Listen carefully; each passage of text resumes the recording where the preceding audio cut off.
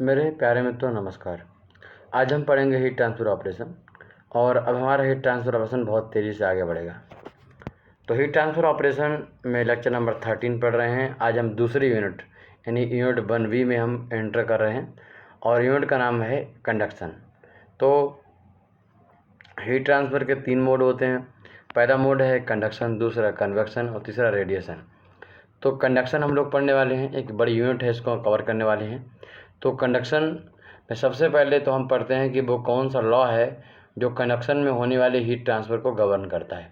तो मैंने आपको बताया कि उस लॉ का नाम है फोरियर्स लॉ ऑफ हीट कंडक्शन।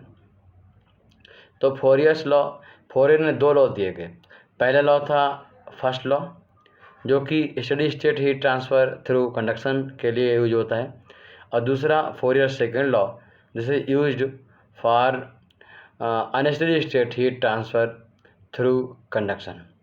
तो अभी हम बात कर रहे हैं पहले वाले लॉ यानी फर्स्ट लॉ के बारे में। तो लिखिए,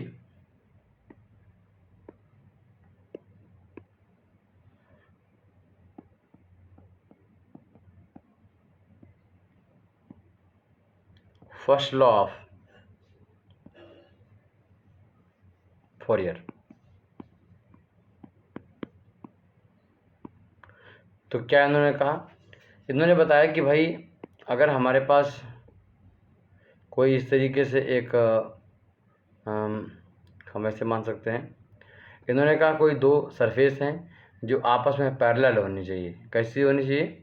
जो आपस में पैरेलल होनी चाहिए।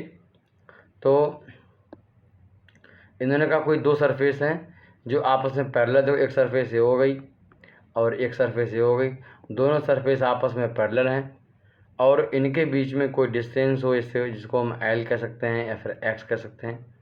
मान लो डिस्टेंस एल है, तो अब इनके थ्रू हीट ट्रांसफ़र इस तरीके से होता हो, है ना। इस सरफेस का टेम्परेचर ज़्यादा होना चाहिए T1 और इसका टेम्परेचर कम होना चाहिए T2। तो अब जो है इनके बीच में एक हमें यहाँ पर टेम्परेचर डिफरेंस मिल जाता है और उस टेम्परेचर डिफरेंस की वजह से हीट का ट्रांसफ़र होता है। इस तरीके से होता है कि जो पार्टिकल है वो अपना स्पेस नहीं छोड़ते हैं। तो अब इस तरीके से हीट ट्रांसफ़र अगर हो रहा है कहीं पर भी, और यहाँ पर इसकी एवरी सरफेस पर जो टेम्परेचर है वो कांस्टेंट रहता है। बात समझे? हम जो कह रहे हैं कि हमारे पास मान लो, देखो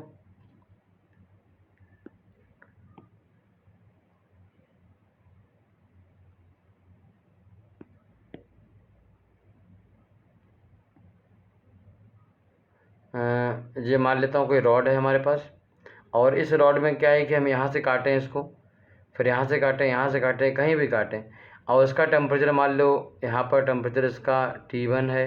यहाँ मान लो इसको थोड़ा सही कर लेते हैं। यहाँ पर जो टेम्परेचर है वो T3 है, यहाँ पर टेम्परेचर T2 है और यहाँ पर टेम्परेचर T1 है। T1 जो है वो ज़्यादा है T2 से और T3 ज़्यादा है, वो ठीक है। तो इसकी वजह से हीट ट्रांसफ़र यहाँ से वहाँ होगा, एक्स से वाई पॉइंट की ओर होगा। बट अब हम बात कर रहे हैं कि पॉइंट एक्स से पॉइंट वाई की ओर होगा हीट ट्रांसफ़र। बट समय के साथ अगर टेम्परेचर T1, T2, T3 या different surface cross sectional area का टेम्परेचर अगर चेंज नहीं होता है, फिक्स रहता है, इसका मतलब है कि वहाँ पर जो सरफेस है वो स्फीयर सरफेस जो है किसी भी प्रकार की एनर्जी का अपने अंदर एकोमुलेशन नहीं कर रही है और वो एनर्जी का कंज्यूम नहीं कर रही है। जिससे एनर्जी एकोमुलेशन करेगी तो टेम्परेचर बढ़ेगा, बट वो एनर्जी को सिर्फ ले रही है और अगली बार सरफेस को ट्रांसफ़र कर दे रही है।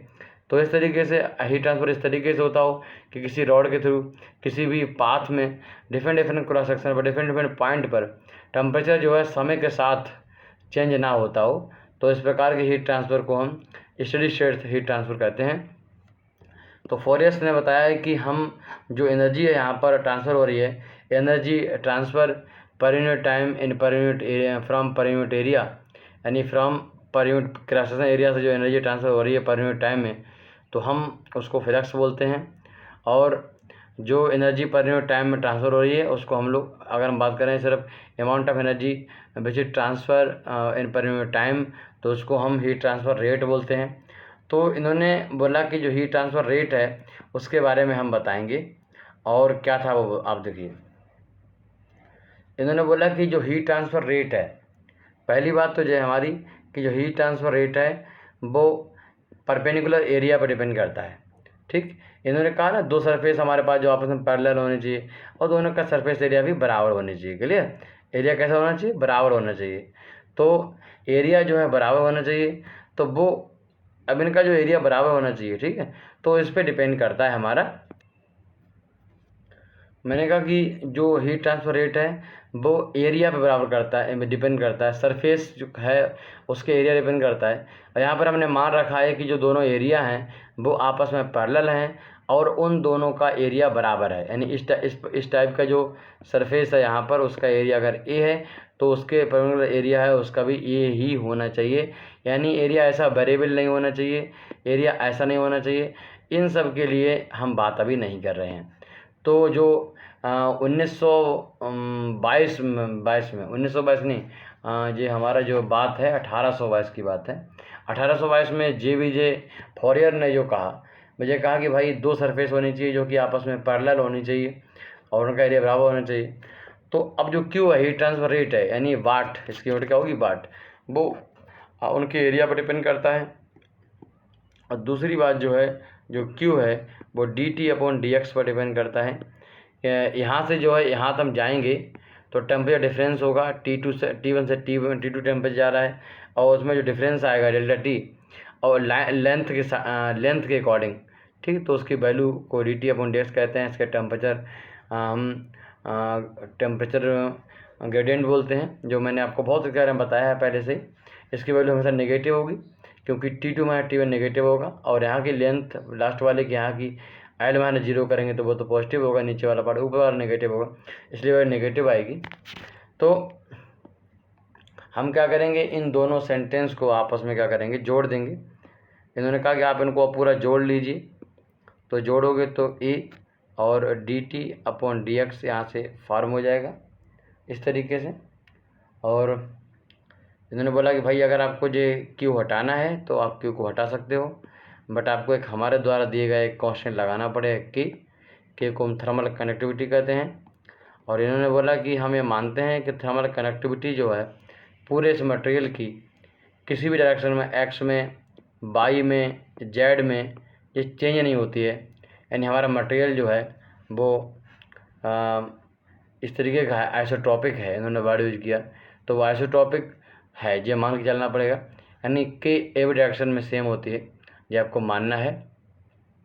और ऐसी कंडीशन में बोला कि dt/dx जो नेगेटिव आई उसके इफेक्ट ख़त्म करने के लिए एक साइन हम एक्स्ट्रा लेके चलते हैं जो बाद में नेगेटिव वैल्यू को पॉजिटिव में कन्वर्ट कर देगा।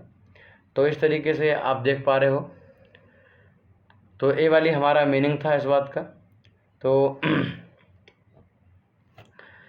अगर हम ध्यान दें तो क्यू की अगर हम बात करेंगे, क्यू जो है वो dt/dx पर डिपेंड करता है।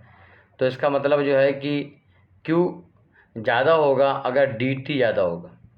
जितना टेम्परेचर डिफरेंस इनके बीच में ज़्यादा होगा, हीट ट्रांसफ़र रेट का मतलब है कि how much amount of energy transfer in per unit time ज़्यादा होगा।